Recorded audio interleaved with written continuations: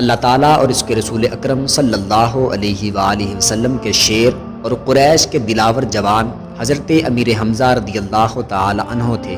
نبی اکرم صلی اللہ علیہ وآلہ وسلم سے 2 سال پہلے پیدا ہوئے اور اعلان نبوت کے تیسرے سال اسلام لائے۔ سرکار دو عالم صلی اللہ علیہ وآلہ وسلم کے ساتھ رہے اور دل و جان سے خدمت کی، پھر ہجرت کا شرف بھی حاصل کیا۔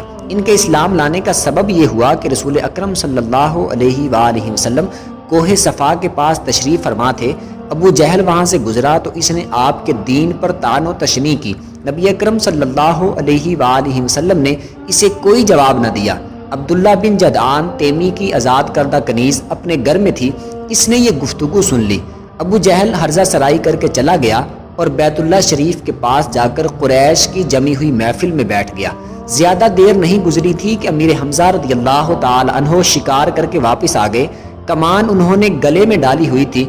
ان کا معمول تھا کہ شکار سے واپسی پر گھر جانے سے پہلے بیت اللہ شریف کا طواف کرتے تھے، پھر قریش کی محفل میں جاتے، وہاں ان کے ساتھ گفتگو کرتے۔ جب حضرت امیر حمزہ رضی اللہ تعالی عنہ اس کنیز کے پاس سے گزرے تو رسول اکرم صلی اللہ علیہ وآلہ وسلم اپنے کاشانہ مبارک میں تشریف لے جا چکے تھے۔ کنیز نے کہا کہ اے امیر حمزہ، ابھی ابھی آپ کے بھتیجے محمد صلی اللہ علیہ وآلہ وسلم سے ابو جہل نے ایسی ناشائستہ گفتگو کی ہے کہ اگر آپ سن لیتے تو یقیناً آپ کو بڑا صدمہ ہوتا۔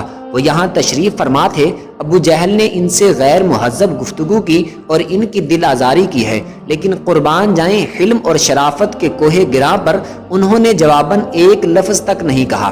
چونکہ اللہ تعالیٰ کو ان کا اعزاز اور حسن خاتمہ منظور تھا، اس لیے امیر حمزہ رضی اللہ تعالی عنہ جلال میں آ گئے۔ ابو جہل سے 2 ہاتھ کرنے کے ارادے سے راستے میں کسی کے پاس ٹھہرے بغیر تیز تیز قدم اٹھاتے ہوئے روانہ ہو گئے۔ مسجد حرام میں داخل ہوئے تو دیکھا کہ وہ دوسرے لوگوں میں بیٹھا ہوا ہے۔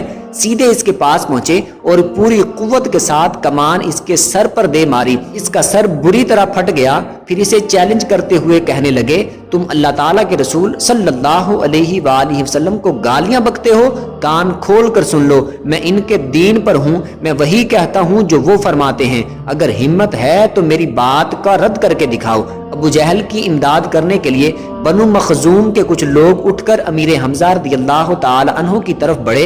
ابو جہل نے کہا، ابو امارہ یعنی امیر حمزہ رضی اللہ تعالی عنہ کو چھوڑ دو، واللہ میں نے ان کے بھتیجے کو بہت ہی ناروا باتیں کہی ہیں۔ امیر حمزہ رضی اللہ تعالی عنہ نہ صرف اسلام کے جانثار سپاہی بنے بلکہ تمام زندگی نصرت اسلام میں بسر کر دی۔ ان کے اسلام لانے پر قریش نے واضح طور پر محسوس کر لیا کہ رسول اکرم صلی اللہ علیہ وآلہ وسلم کی عزت و شوکت میں بے پناہ اضافہ ہو گیا ہے اور یقیناً ان کی اعزا رسانیوں میں کسی حد تک کمی آ گئی ہے۔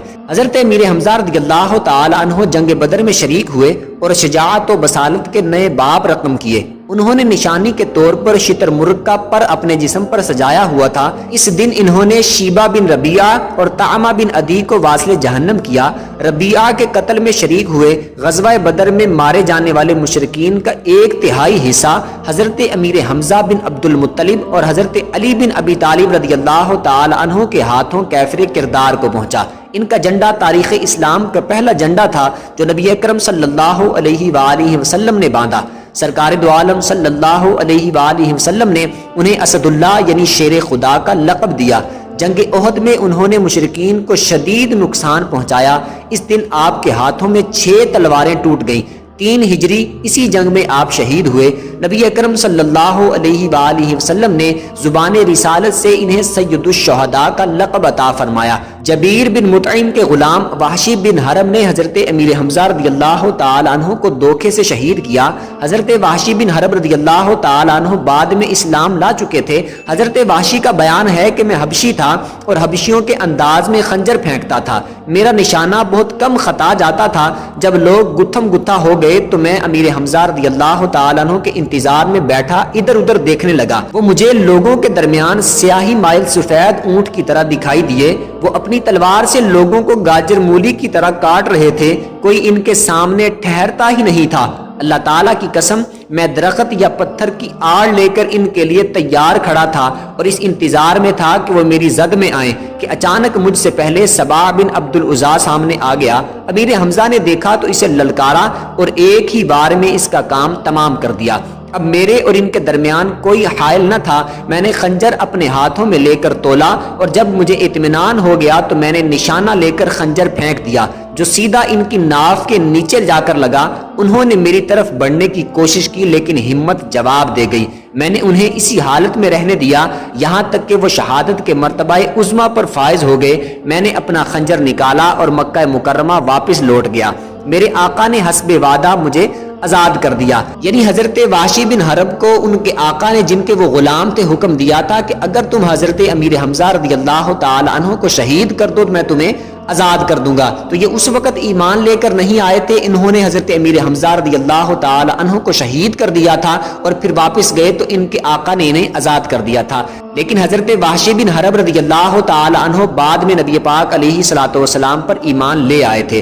نبی اکرم صلی اللہ علیہ وآلہ وسلم نے حضرت امیر حمزہ رضی اللہ تعالی عنہ پر 70 مرتبہ نماز جنازہ پڑھی، یعنی شہداء کو باری باری رکھ کر نماز جنازہ پڑھی جاتی رہی، لیکن حضرت امیر حمزہ رضی اللہ تعالی عنہ کا جنازہ بدستور سامنے پڑا رہا۔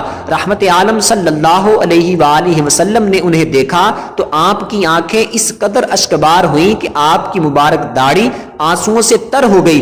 آپ بکثرت ان کا ذکر کیا کرتے تھے اور ان کے لیے رحمت و رضوان کی دعا کرتے تھے۔ یہ تھے شیر خدا سید الشہداء امیر حمزہ رضی اللہ تعالی عنہ۔ ان کے آگے وہ حمزہ کی جاں بازیاں، شیر غران سطوت پہ لاکھوں سلام۔